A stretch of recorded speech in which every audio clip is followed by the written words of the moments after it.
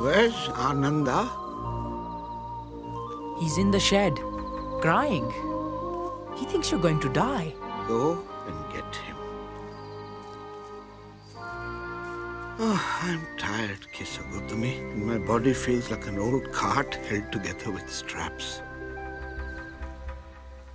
Ananda, all of us sooner or later have to leave what we love. But Master, I am not ready for you to die. You don't need me.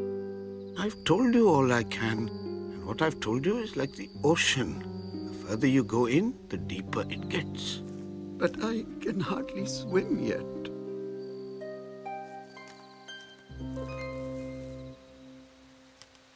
Then let's start together at the shore.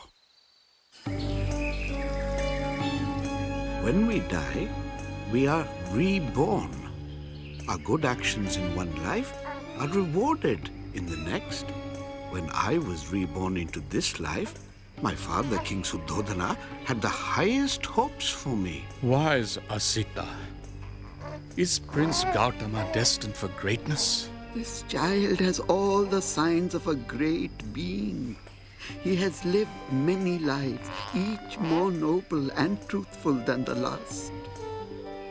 He will become either a great ruler or a teacher of great truths.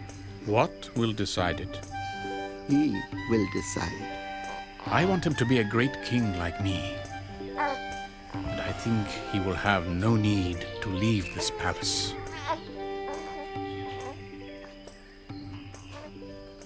My father created a perfect world for me for over 20 years.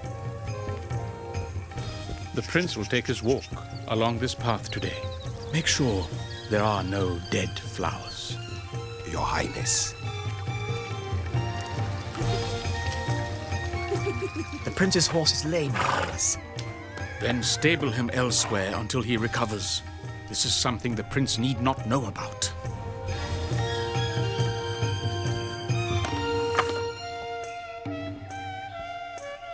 My father gave me everything I could possibly desire.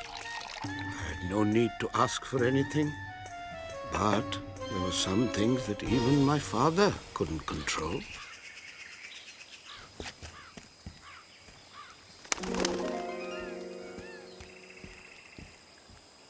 Prepare the horses.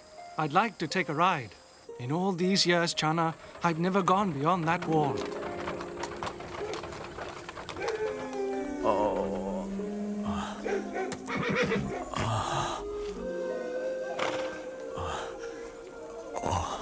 Who has painted his hair white? Why does he move so slowly? Is it a dance? He is old. What is old? It happens to all of us in time. The skin dries, the hair loses its color, and the body becomes weak. That is old. It happens to all of us?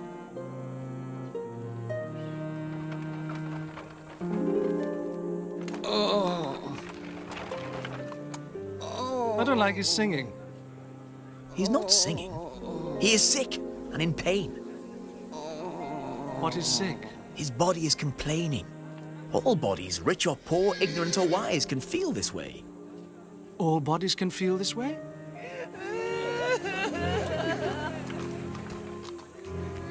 How can he sleep with all that noise around him? This is a dead man. He is not asleep. His life is gone. Is this the only dead man in the world? I'm afraid not, my prince. Death comes to every living thing. Take me back, Channa.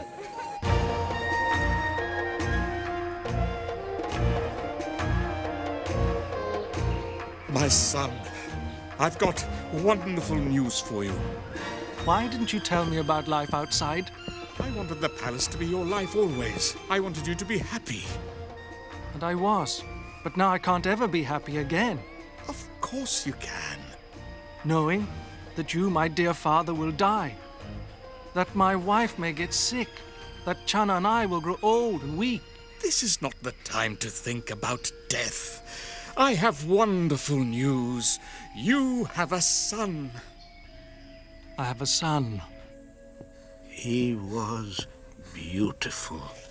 And of course I wanted to be glad, but now I knew that he too would have to suffer sickness, old age, and finally death.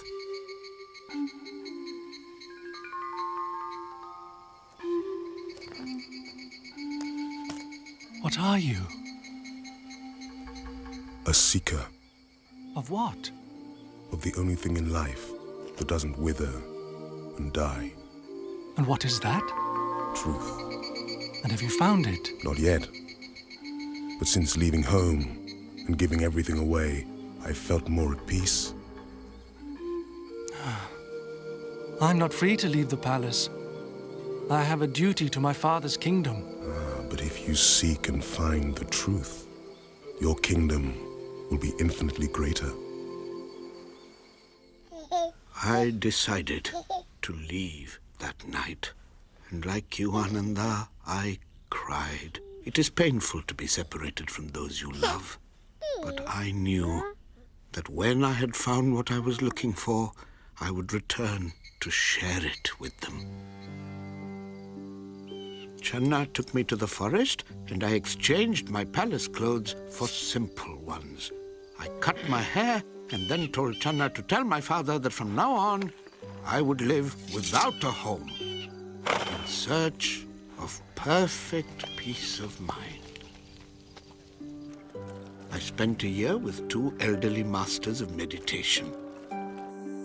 They helped me to calm and train my mind.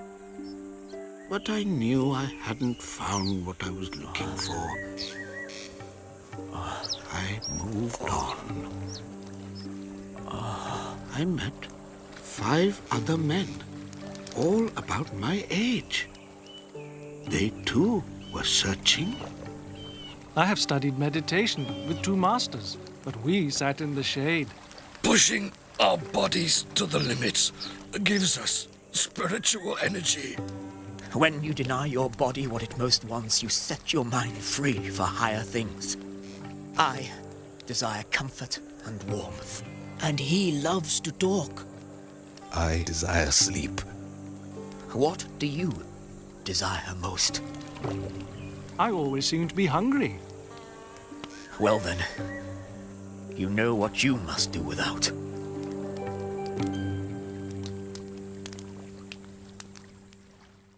I starved myself for 6 years.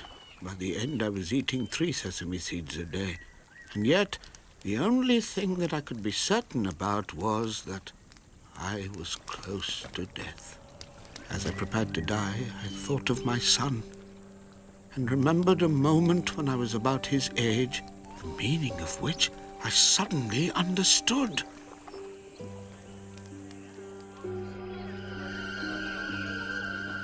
It was the palace ploughing match. Everyone else was watching a festival, but I was seeing something different. Sweating men and animals, blind milk-white grubs being exposed to the sun, cutworms and insects. Everyone else was enjoying themselves, but I saw just suffering and death. I sat there for a long time, feeling very still. Only in that stillness could I see how things really were. This memory filled me with energy. If I had already felt something of the peace I was seeking when just a child, well-fed and clothed, then I certainly did not need to starve myself to find it again. I decided to eat properly once more.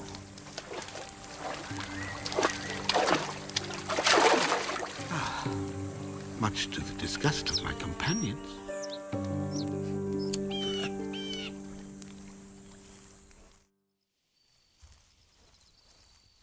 I shall not get up from here until I found the truth I'm seeking. That special awareness, enlightenment. But the mind has a terrible enemy. His name is Mara, and he seeks to tempt and destroy. First, he sent his beautiful daughters. Tempt him. Distract him. Make him desire you. Mara knew that that if I found enlightenment, I would go on to tell others how to escape his evil power. I had to find that moment of stillness again. So, you ignore my daughters. Well, you shall feel the fury of my army.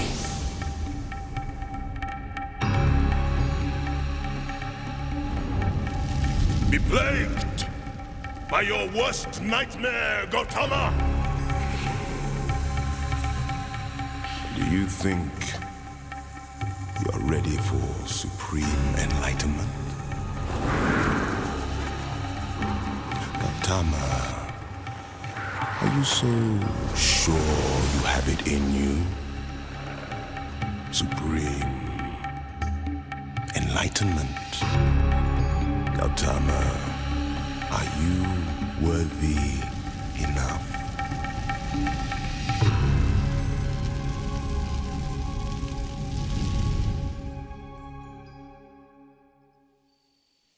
But as I touched the earth spoke. He is worthy. And I saw my hundreds of past lives. And I saw how what I had done in one life influenced the next.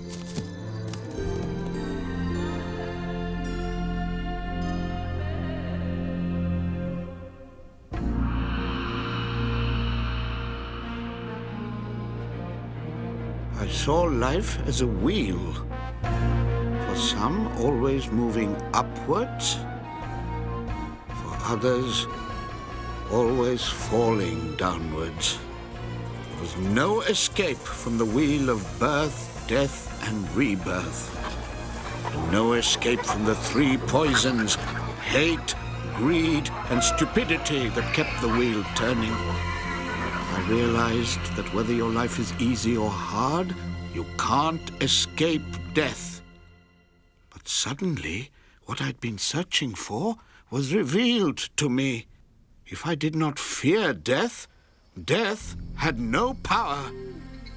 Watching the moon that long night, I slowly understood that the way to avoid suffering was to free yourself from wanting anyone or anything, and to be ready always to give and receive.